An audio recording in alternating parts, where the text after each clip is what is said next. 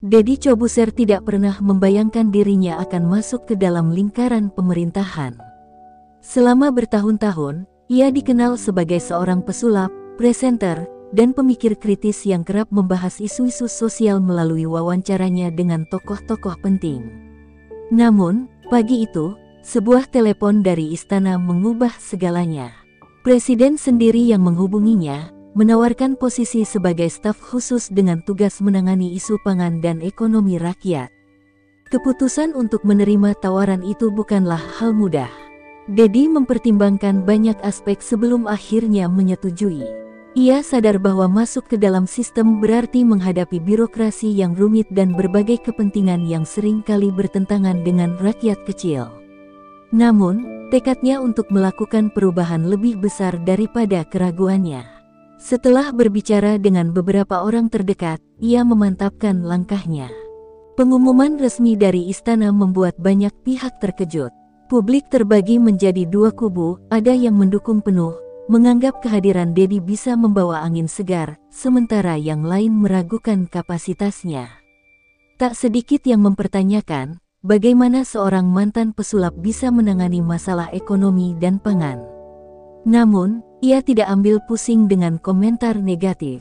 Baginya, tindakan nyata jauh lebih penting daripada sekadar kata-kata. Salah satu keputusan pertama yang diambilnya setelah dilantik adalah menolak gaji dan fasilitas yang diberikan kepadanya.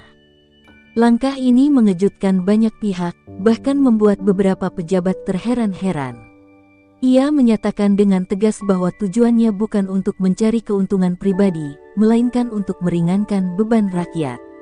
Gaji yang seharusnya diterima akan dialokasikan untuk riset dan pengembangan solusi dalam menurunkan harga bahan pangan, terutama lemak yang selama ini semakin mahal dan sulit dijangkau masyarakat kecil.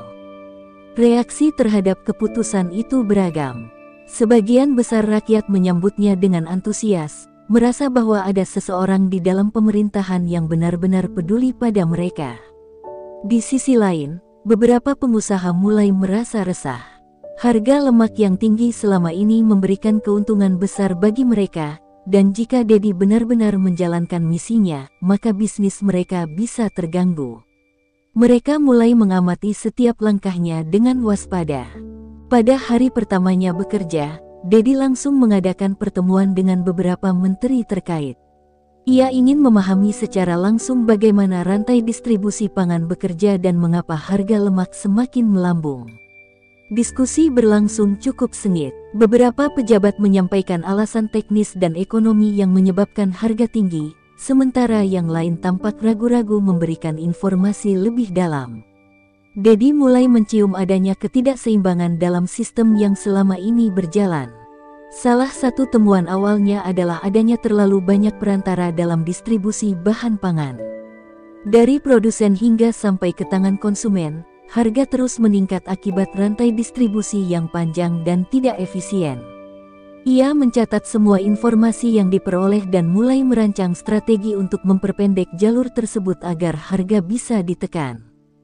Tidak lama setelah itu, beberapa orang mulai mendekatinya dengan tawaran yang mencurigakan. Ada yang mencoba membujuknya untuk tidak mengusik pasar yang sudah ada pula yang secara halus mengancam jika ia tetap bersikeras menurunkan harga lemak. Namun, Deddy bukan tipe orang yang mudah diintimidasi. Ia tahu bahwa perjuangannya baru saja dimulai dan bahwa lawan yang akan dihadapinya bukanlah orang-orang biasa.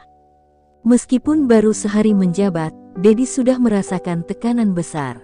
Namun, ia semakin yakin bahwa yang sedang dihadapinya bukan sekadar masalah ekonomi, melainkan juga kepentingan-kepentingan besar yang selama ini mengendalikan pasar pangan.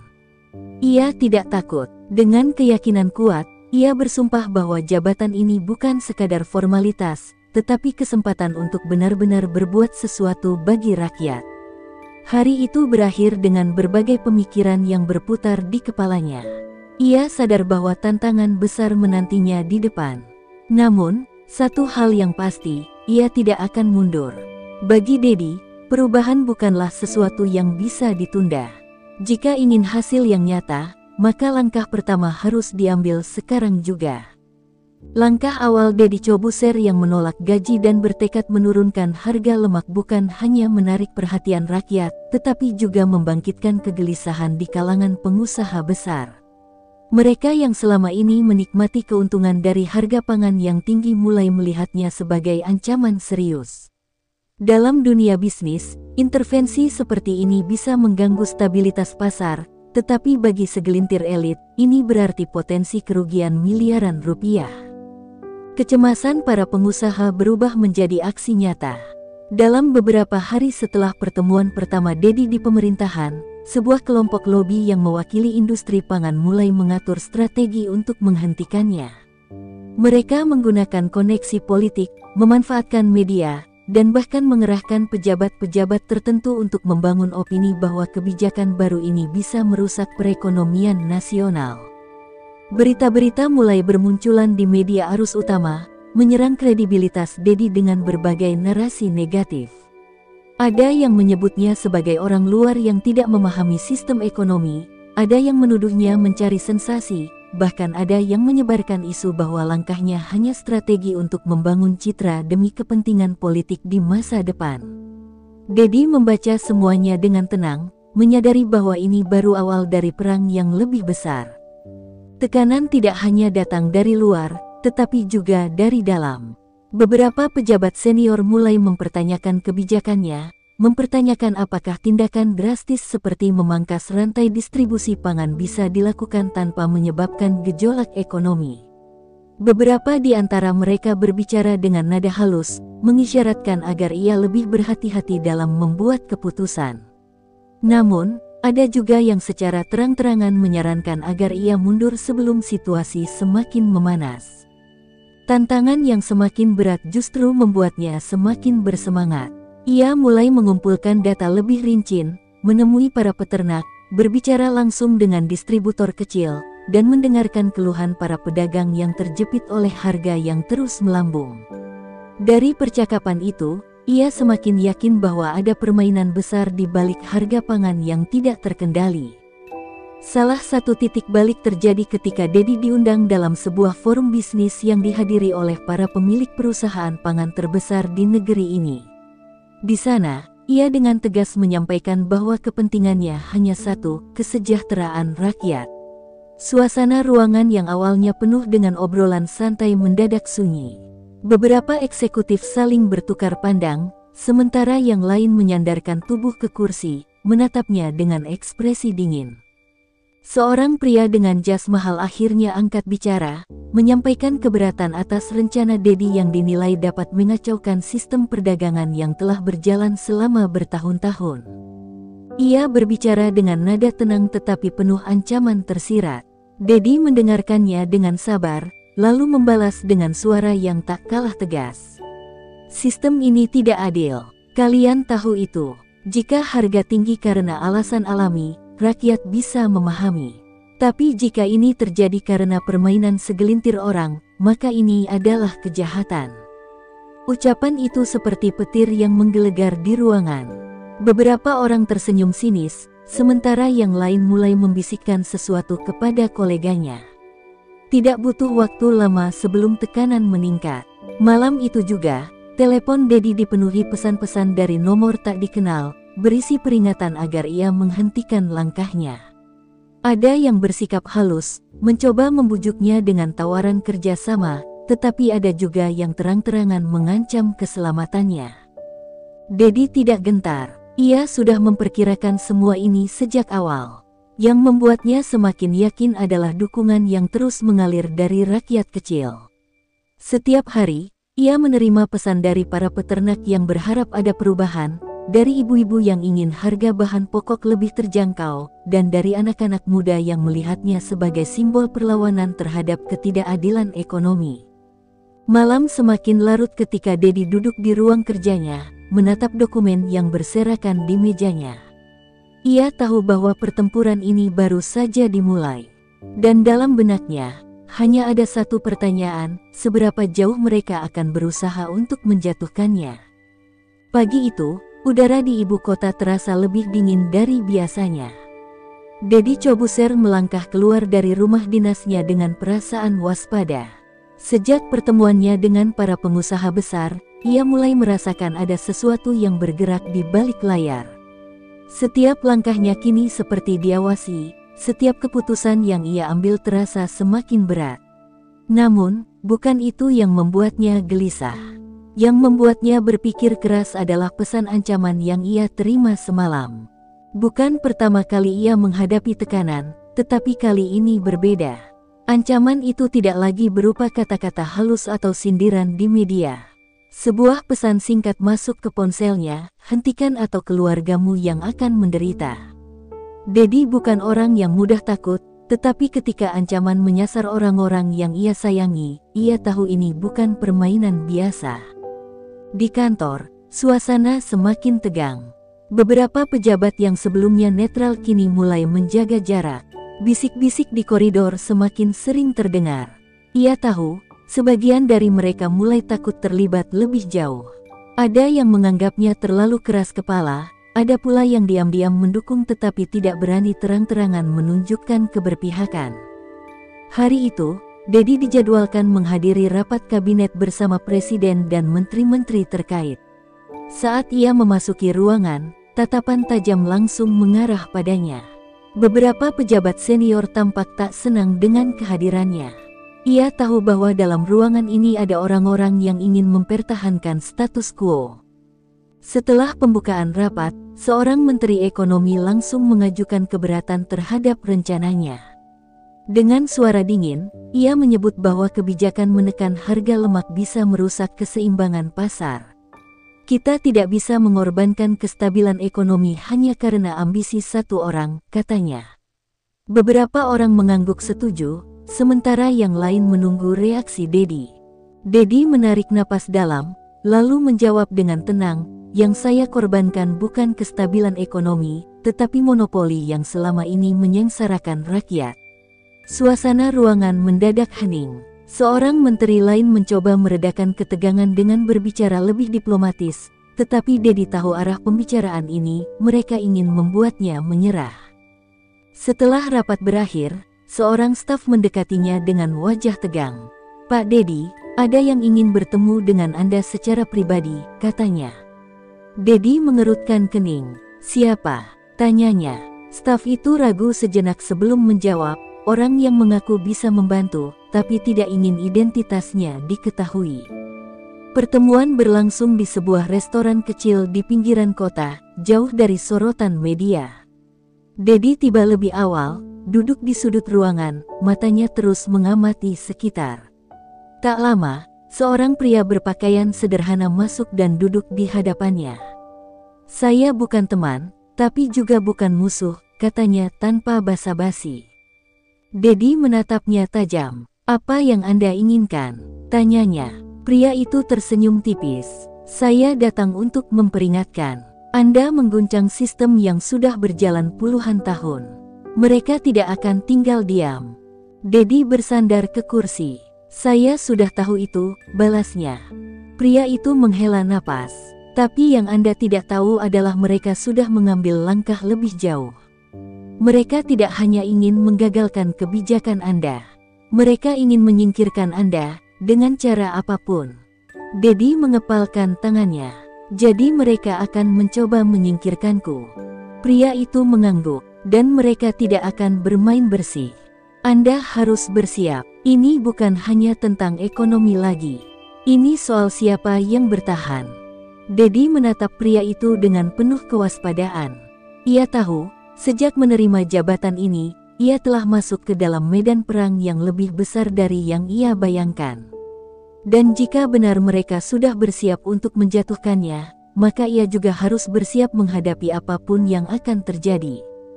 Satu hal yang pasti, ia tidak akan mundur. Tidak sekarang, tidak pernah.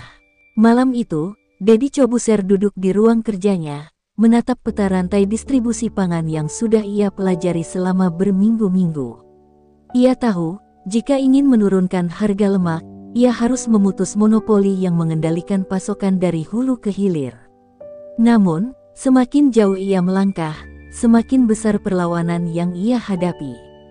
Ketika pikirannya dipenuhi strategi, tiba-tiba ponselnya bergetar. Sebuah panggilan masuk dari nomor tidak dikenal. Awalnya, ia ragu untuk mengangkatnya, tetapi firasatnya berkata lain. "Halo," ucapnya dingin. Suara berat di seberang berbicara tanpa basa-basi. "Saya harap Anda masih bisa berpikir jernih, Pak Dedi. Ini peringatan terakhir." Dedi mengerutkan kening. "Peringatan apa?" "Tadi malam, seseorang hampir kehilangan nyawa karena ulah Anda." Dedi terdiam, napasnya memburu. "Apa maksudmu?" "Lihat berita malam ini," jawab suara itu sebelum sambungan terputus.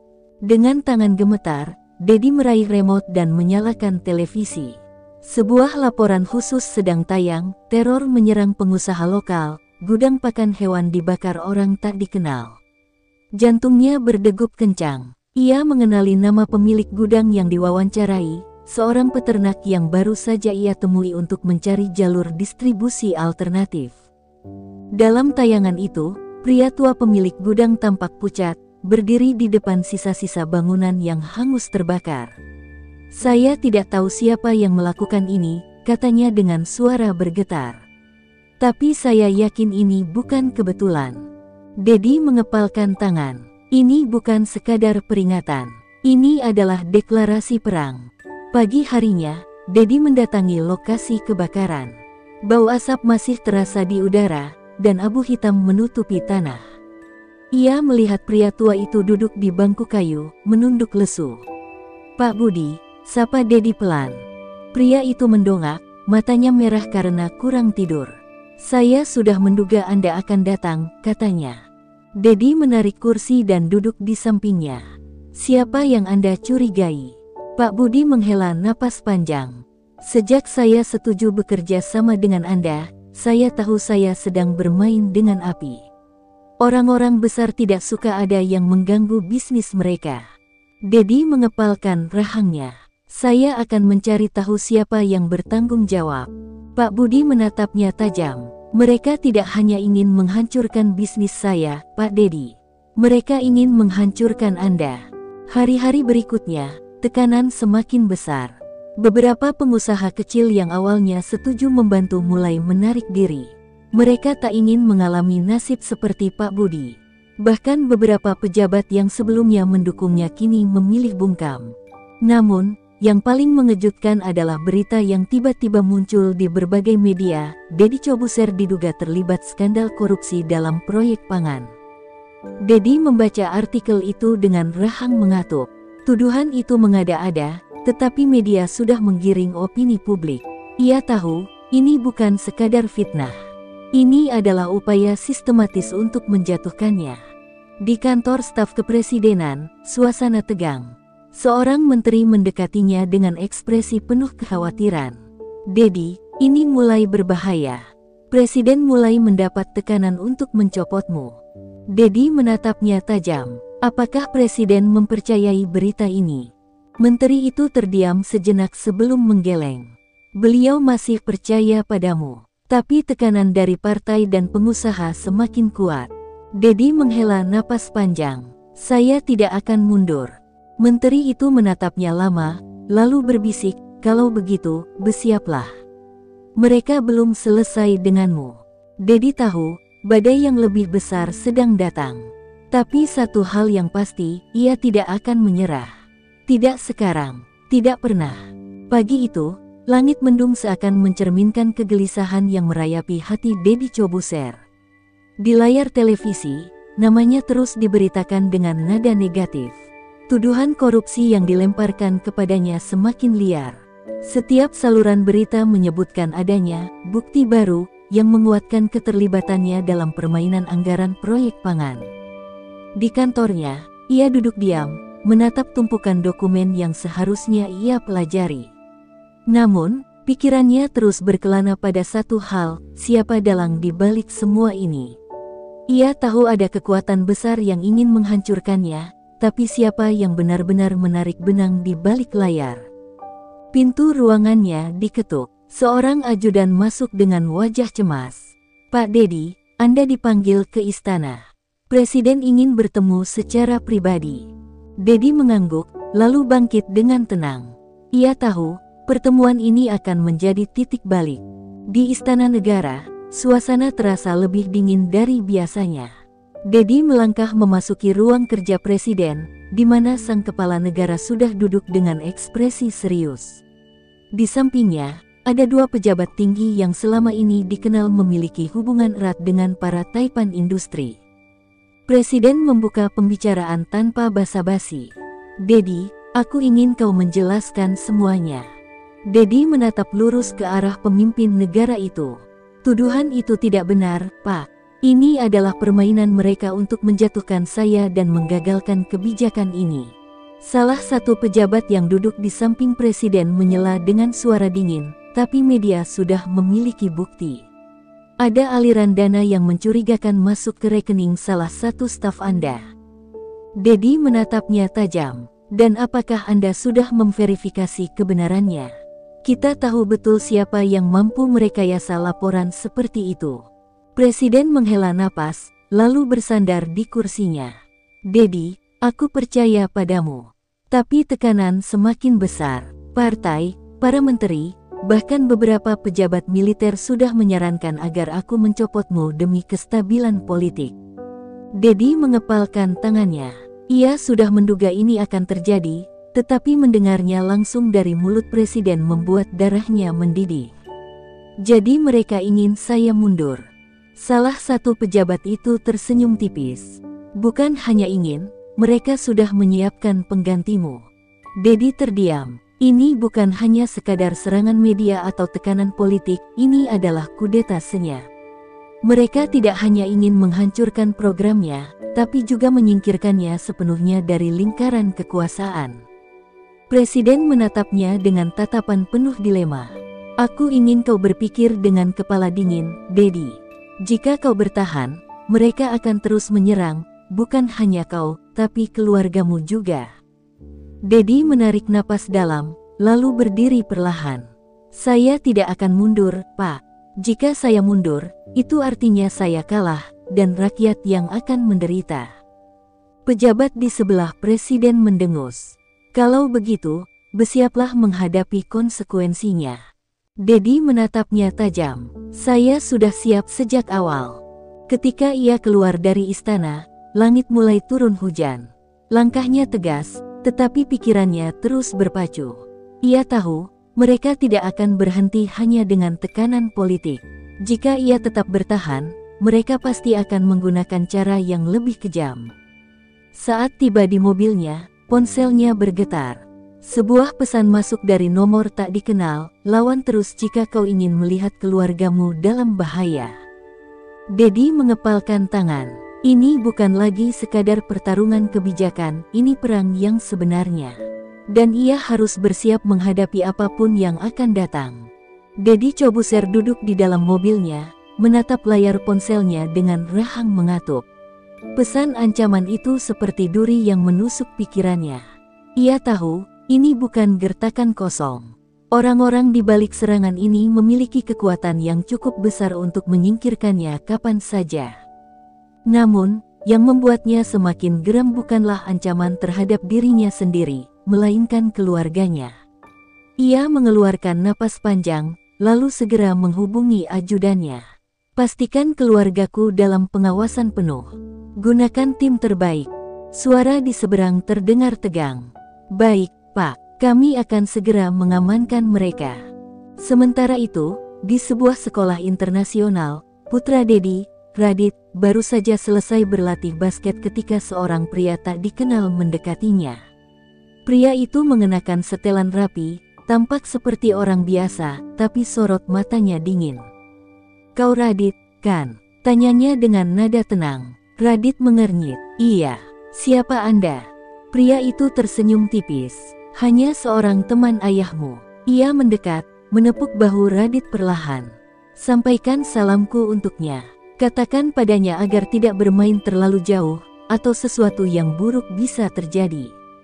Radit menelan ludah, tiba-tiba merasa udara di sekitarnya menegang. Sebelum ia bisa bertanya lebih lanjut, pria itu berbalik dan berjalan pergi begitu saja, menghilang di antara kerumunan. Ketika sampai di rumah, Radit langsung menghampiri ibunya dengan wajah pucat. "Ma, Tadi ada orang asing yang mendekatiku. Ibu Radit mengerutkan kening. Siapa? Apa dia menyakitimu? Radit menggeleng. Tidak, tapi dia menyampaikan pesan buat papa. Ibu Radit merasakan dingin merayap ke dalam dadanya. Tanpa menunggu lama, ia meraih ponsel dan menelepon Dedi. Dedi, kita dalam bahaya. Dedi tiba di rumah dengan pengawalan ketat. Ia langsung memeluk putranya erat, lalu menatap istrinya dengan tatapan penuh ketegangan. Aku sudah menduga mereka akan melakukan ini. Tapi aku tak akan membiarkan mereka menyentuh kalian. Istrinya menghela napas berat. Dedi, aku mendukungmu. Tapi sampai kapan ini akan terus terjadi? Mereka bukan hanya menyerang reputasimu, mereka sudah mengincar keluarga kita. Dedi menatapnya dalam-dalam. Ia memahami ketakutannya. Namun, menyerah bukanlah pilihan. Aku akan menyelesaikan ini, katanya tegas. Dengan caraku sendiri. Malam itu, Dedi menghubungi seorang mantan perwira intelijen yang dulu pernah membantunya dalam misi rahasia. Aku butuh bantuanmu, katanya tanpa basa-basi. Suara di seberang terdengar serius. Aku sudah mengikuti situasimu. Mereka yang kau lawan bukan orang sembarangan, Dedi. Aku tahu, jawab Dedi dingin.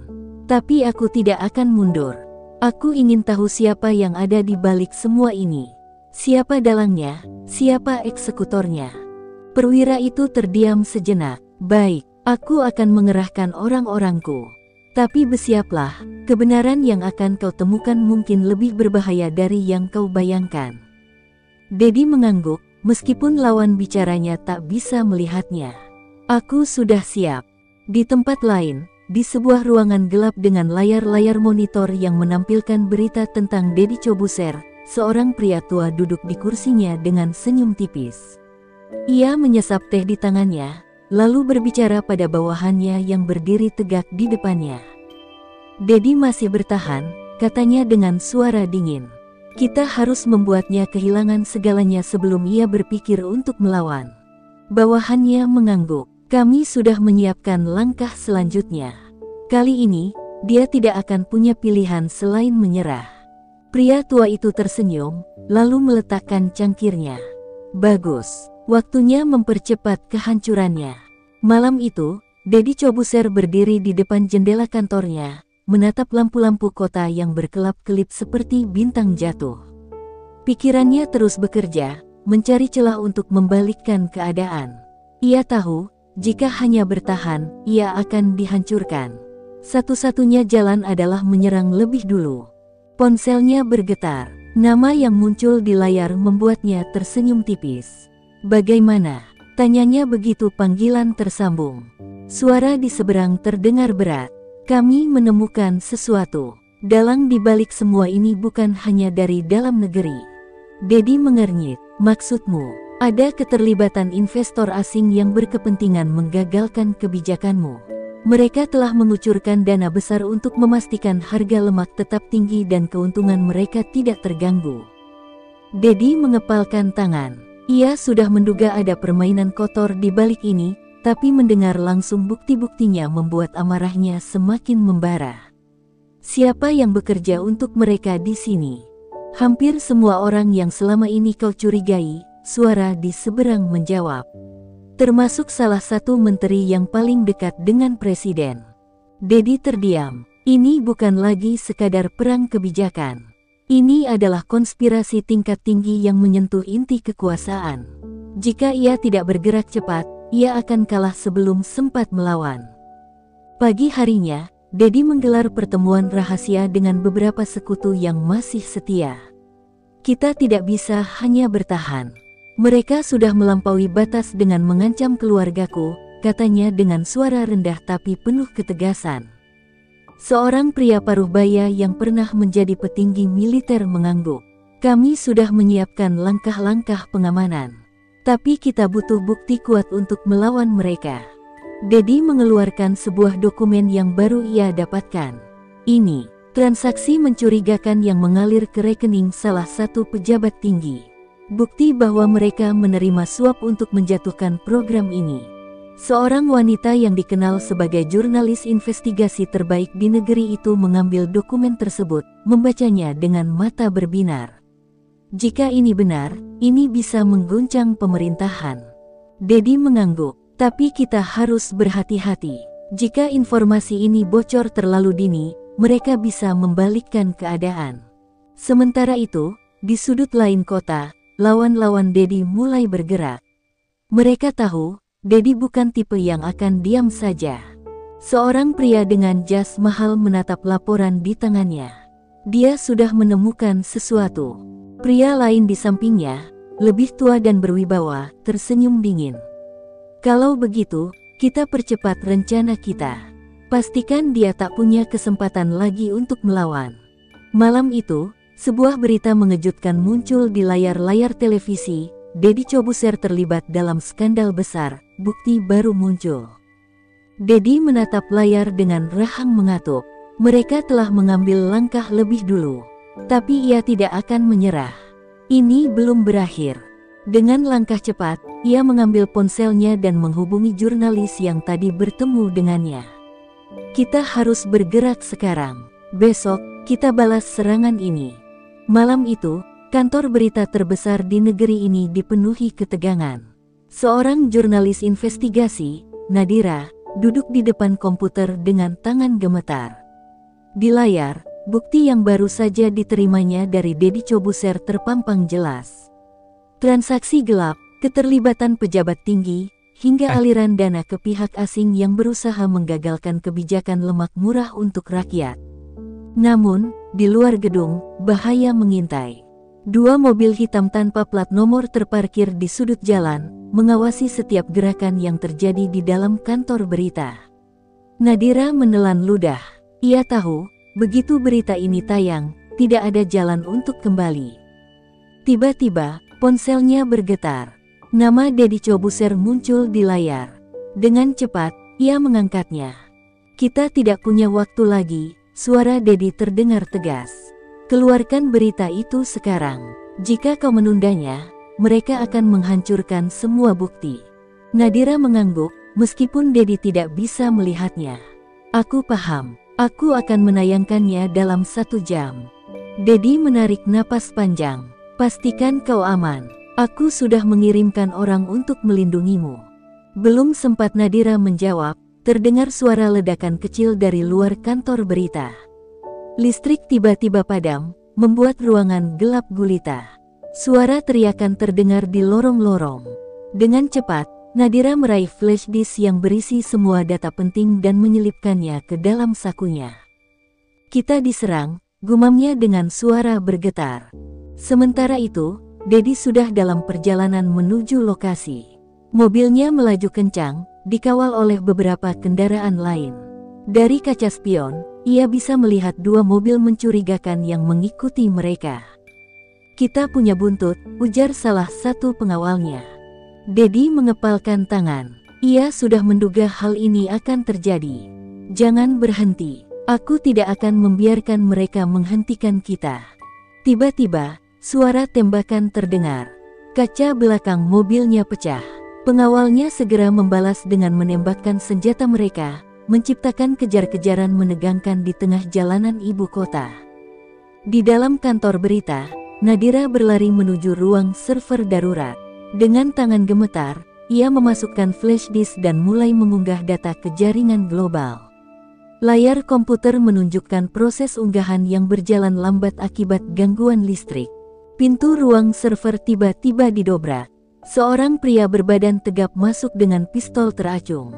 Hentikan unggahan itu sekarang, perintahnya dengan suara dingin. Nadira menatap pria itu dengan mata penuh keberanian. Kalian bisa menghentikanku, tapi kebenaran sudah ada di luar sana. Tepat sebelum pria itu menarik pelatuk, suara ledakan lain terdengar dari luar. Dalam kekacauan itu, seorang pria berjas hitam masuk dan menembak jatuh sang penyerang. Nadira menoleh dan melihat seseorang yang sudah dikenalnya, salah satu orang kepercayaan Dedi. Cepat, kita harus keluar dari sini, teriaknya. Di tempat lain, sang dalang yang selama ini mengendalikan permainan ini menatap layar televisi dengan ekspresi dingin. Meskipun listrik di kantor berita telah dipadamkan, berita tetap menyebar. Salinan data sudah menyebar ke berbagai jaringan. Seorang bawahannya masuk dengan wajah pucat. "Tuan, kita gagal menghentikan mereka." Pria tua itu menghela napas panjang. "Jika kita jatuh, pastikan Dedi jatuh bersamamu." Ketika fajar menyingsing, berita tentang konspirasi lemak murah telah mengguncang negeri. Nama-nama pejabat yang terlibat mulai diungkap, dan rakyat turun ke jalan menuntut keadilan. Deddy Corbuzier berdiri di depan kediamannya, menatap langit yang perlahan berubah terang. Perjuangannya belum selesai, tapi ia tahu, satu pertempuran besar telah dimenangkan. Ia mengeluarkan ponselnya dan mengirim satu pesan kepada Nadira. "Kita berhasil." Deddy Corbuzier menatap layar televisi dengan mata tajam. Berita tentang konspirasi yang ia bongkar terus diputar di berbagai stasiun nasional. Nama-nama pejabat yang selama ini bermain di belakang layar telah terungkap. Rakyat turun ke jalan menuntut keadilan. Namun, di tengah euforia kemenangan ini, Dedi tahu perang belum benar-benar berakhir. Lawan-lawannya tidak akan tinggal diam. Pintu ruang kerjanya diketuk. Seorang pria berjas hitam masuk dengan ekspresi serius. "Pak Dedi, kita punya masalah. Ada indikasi bahwa beberapa bukti yang kita serahkan ke publik mulai disangkal oleh pihak terkait. Mereka memutarbalikkan fakta, menuduh Anda memalsukan data." Dedi menghela napas panjang. "Aku sudah menduga ini. Mereka tidak akan menyerah begitu saja." Pria itu mengangguk. "Yang lebih buruk, salah satu orang kepercayaan kita ternyata berkhianat. Ada dugaan bahwa seseorang dari dalam telah membocorkan strategi kita." Dedi menegang. "Siapa?" Pria itu ragu sejenak sebelum menyerahkan sebuah amplop coklat. Dedi membukanya dengan tangan gemetar. Di dalamnya, terdapat foto seseorang yang selama ini ia percayai, Nadira. Jantungnya berdegup kencang. Ini pasti ada kesalahan. Pria itu menatapnya dengan ekspresi berat. "Kami menemukan komunikasi rahasia antara Nadira dan salah satu pejabat yang kita ungkap. Sepertinya dia telah dipaksa bekerja untuk mereka atau dia memang sejak awal bagian dari mereka." Dedi mengepalkan tangan. Ingatannya kembali pada malam ketika Nadira dengan gagah berani mengunggah data ke jaringan global. Apa mungkin semua itu hanya sandiwara? Di tempat lain, Nadira duduk di dalam sebuah ruangan gelap. Kedua tangannya terikat di belakang kursi. Wajahnya penuh luka lebam. Di hadapannya, seorang pria tua dengan jas mahal menatapnya dengan senyum sinis. "Kau pikir kau bisa menghentikan kami dengan cara seperti itu?" Suara pria itu terdengar dingin. Nadira mengangkat wajahnya, meskipun darah mengalir dari sudut bibirnya. "Aku sudah melakukan yang harus aku lakukan. Kebenaran telah keluar, dan rakyat tidak akan tinggal diam." Pria itu tertawa pelan. "Kau masih naif, Nadira. Rakyat mudah digiring. Media bisa diputarbalikkan. Dan yang lebih penting, kau telah kehilangan kepercayaan Dedi." Nadira menelan ludah. Ia tahu, di luar sana, Dedi pasti sudah mendapatkan informasi yang menuduhnya sebagai pengkhianat. Dan jika Dedi mulai meragukannya, maka semuanya akan runtuh. Dedi berjalan mondar-mandir di dalam ruangannya. Pikirannya dipenuhi dengan berbagai kemungkinan. Ia ingin percaya pada Nadira, tapi bukti-bukti yang ada begitu kuat. Di saat yang sama, ponselnya bergetar. Sebuah pesan tanpa nama masuk. "Jangan percaya pada apa yang kau lihat. Aku telah dikhianati seperti halnya kau." Dedi menatap layar ponselnya dengan dahi berkerut. Siapa yang sebenarnya berkhianat? Dan apakah ia sudah jatuh dalam perangkap yang lebih besar? Perjuangan ini belum selesai. Tapi satu hal yang pasti, musuhnya lebih licik daripada yang ia duga. Dedi Corbuzier berdiri di depan jendela kantornya, menatap keramaian di luar. Rakyat masih turun ke jalan menuntut keadilan, tapi ia tahu, musuhnya sedang memainkan kartu terakhir. Fitnah yang menimpa Nadira membuat situasi semakin rumit. Jika ia mengambil langkah yang salah, perjuangan ini bisa berakhir sia-sia. Sebuah ketukan pelan terdengar di pintu. Seorang pria paruh baya dengan wajah tegas masuk dan menyerahkan sebuah dokumen rahasia. "Kami menemukan sesuatu," ucap pria itu. "Ada rekaman CCTV dari malam saat Nadira diduga berkhianat. Anda harus melihat ini." Dedi mengambil tablet yang diberikan dan menyalakan video itu. Rekaman menampilkan Nadira berada di sebuah ruangan gelap, wajahnya penuh luka. Ia terikat di kursi, sementara seorang pria tua berbicara dengannya, orang yang dikenal sebagai dalang di balik konspirasi ini. "Kau hanya punya dua pilihan," suara pria tua itu terdengar jelas. "Bekerja untuk kami, atau mati dengan sia-sia." Nadira menatapnya tajam. "Aku tidak akan menjual diri." Pria itu tertawa. "Bagus. Tapi orang-orang di luar sana akan percaya bahwa kau melakukannya. Begitu Dedi meragukanmu, dia akan jatuh sendirian." Dedi mengepalkan tangan. Ia telah ditipu. Nadira tidak berkhianat, justru ia sedang dikorbankan. Sementara itu, di sebuah gudang tua di pinggiran kota, Nadira mencoba bertahan. Tubuhnya penuh luka, tapi tekadnya masih membara. Ia harus keluar dari tempat ini, harus memberitahu Dedi bahwa semua ini hanyalah jebakan. Pintu terbuka, dan dua pria bertubuh kekar menyeretnya keluar. Mereka membawanya ke dalam sebuah mobil hitam. Nadira tahu, jika ia keluar dari tempat ini dengan cara mereka, nyawanya tidak akan selamat. Di saat yang sama, ponsel salah satu pria itu berdering. "Sudah waktunya," suara di ujung sana terdengar dingin. "Bawa dia ke lokasi. Pastikan ini jadi pelajaran bagi Dedi." Nadira merasakan tubuhnya bergetar. Mereka berencana menjadikannya umpan. Dedi melompat ke dalam mobilnya, diikuti beberapa orang kepercayaannya. Setelah melihat rekaman itu, ia tidak bisa diam. Nadira masih hidup, dan ia harus menemukannya sebelum semuanya terlambat. Di tengah perjalanan, ponselnya berbunyi. Sebuah nomor tak dikenal muncul di layar. "Akhirnya kau sadar, Dedi," suara dingin pria tua itu terdengar. "Tapi kau terlambat." Dedi mengepalkan tangan. "Jika kau menyentuh Nadira, aku akan memastikan kau membayar harga yang setimpal." Pria itu tertawa pelan. "Mari kita lihat siapa yang akan jatuh lebih dulu. Aku akan memberimu kesempatan menyaksikan sendiri akhirnya." Panggilan terputus. Dedi menatap lurus ke depan, tekadnya semakin kuat. Ini bukan hanya soal lemak murah atau konspirasi politik, ini tentang membongkar kebenaran yang selama ini terkubur. Dan kali ini, ia tidak akan kalah.